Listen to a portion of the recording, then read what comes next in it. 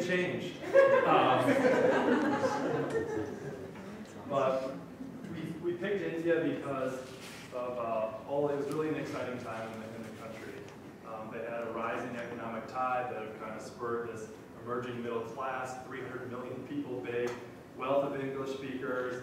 It was a culture that celebrated technology, but it still had a really low internet penetration, and our idea was a website. So we were really excited by this because the internet population was just going to be booming in this country that happened to be booming. So we liked the market, we believed in our team, we also believed in our idea. We weren't totally sure what our idea was until we got there, which is why getting off the couch is so important. We traveled all around India, talked to hundreds of people, and we eventually made a website, a web product that helped people pursue their dreams and goals by introducing them to mentors and helpful content. And it was a website that started to strike a chord with people. Users' adoption was growing. CNN covered us as part of one of their television stories, and AOL came knocking and offered us a partnership. One day I found myself sitting in the president of AOL's office talking about this deal, this potential relationship. So it was a very cool experience, very proud of what we had going. We had investors who were starting to line up, but all the pieces didn't quite come together, and it didn't work out. And so eventually the time came where we had to pull the plug. And I really started to think a lot about, well, what does this mean exactly for me? Particularly, it was one thing that I poured my heart and soul into this thing for 2 years. And so it was hard to let go of it in that sense. And if you really work on something hard, as you guys know, like it becomes part of your identity. So there was that whole personal piece of letting go of it. But the bigger question I didn't anticipate, I was thinking, well, what are the mentors that I've picked up along the way going to think when we don't cross the finish line as we had originally intended? Or what about these investors who are ready to put in money? What are they going to think of me after that? Or potential employers? Is this going to be an asset on my resume? Or is it going to be a black mark on my resume? And what I started to find out is the question to all those things was, no, it wasn't a black mark at all. In fact, it was a huge bonus, and people really saw a lot in that, and it gave me a lot of credibility for moving on to other things. So I was very happy to come to the conclusion that as an entrepreneur, you're a lot like a hermit crab. And what I mean by that is you are the hermit crab and your ventures become the shell on your back.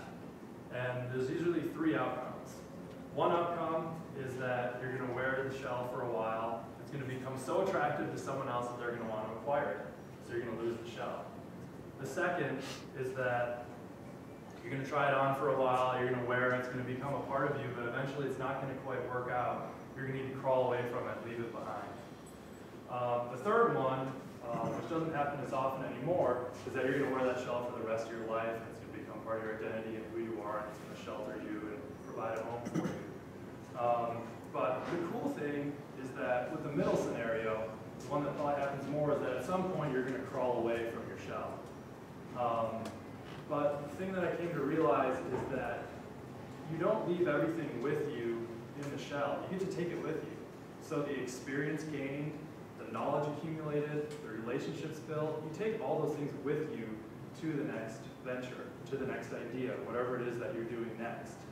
So when people sit down and they start thinking about their idea or their venture, whatever it is, the traditional things to consider was, well, is the outcome either going to be success or failure?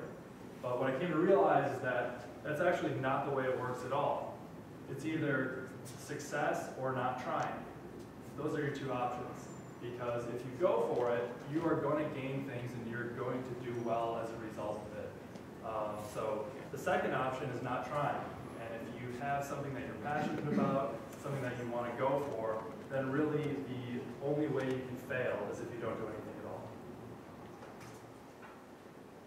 That's it.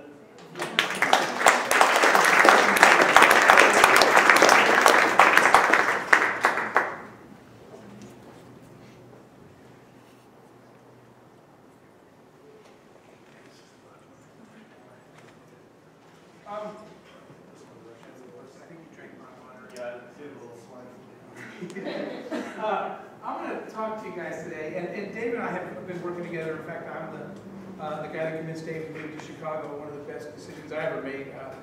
David and I have been working together on a lot of things ever since that we can talk about afterwards. But you know, part of it was talent, a big piece of it, and why I want to work with Dave was attitude, because attitude determines everything. And one of the things that you learn when you sort of study models of people who are successful, sometimes you watch somebody on TV that succeeded at something, and you're thinking, wow, that person must be really smart, must be really something.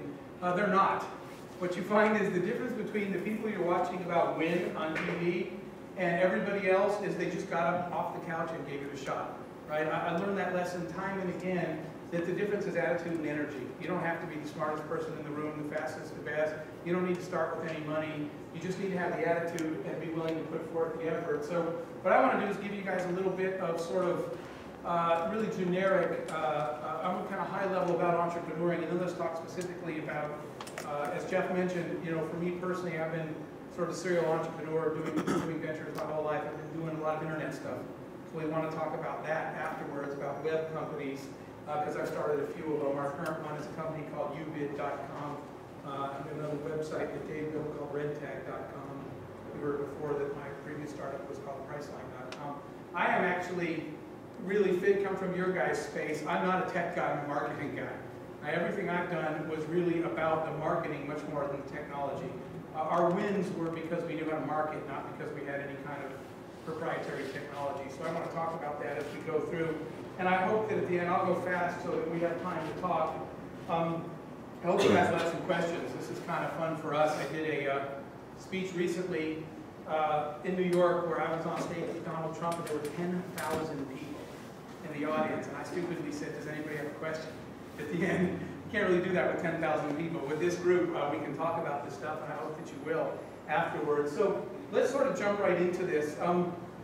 You know, you guys, even just whatever, 10 years ago starting companies, you guys are in a wonderful time to become entrepreneurs. And I guess one thing to be cool to see, a lot of people go to work for major agencies, but hopefully there'll be some people in here that will start their own, that will become entrepreneurs and build their own business. And what I'm going to challenge you to ask yourself through this whole thing is, why not me, right? Because some people look at it and say, well, that could never be me. You should be asking, why not me? And let's talk about why this is such a good time, a good opportunity.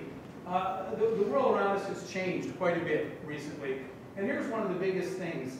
The old rules are gone forever. Whatever our parents, whatever grew up with and how business was done and what big companies did and what the quote rules were, it's gone. They don't matter anymore. The old rules, the race now belongs to the swift, right? The agile, the responsive. Who moves quickest wins. People that move quick are no longer the big giant companies we grew up with. It's us in this room, seeing an opportunity, seeing a trend, and doing something about it here. The big companies simply don't run the world anymore. I'm going to give you a couple examples real quick. So what you got to realize is you got to wake up one day and realize that anyone in this room, any one person in one little company can make a huge difference now. That world, we didn't have that however many years ago. We're in a world, a lot of industries where only the big companies, they controlled the whole playing field. Pre-internet, right? What the internet did was it shifted the balance of power in the world, power to the people. Because suddenly consumers could make their own choices, dictate trends, and you know, really dictate what products moved and what didn't. Because we were reaching out and grabbing what we wanted, instead of the big companies telling us, you have to come to this store and you can only buy what I'm selling you, right? What we said was, you know what, we'll figure it out for ourselves. In a Twitter kind of a universe now, the people are telling us what they want. So the people that respond to that, little companies make a big difference.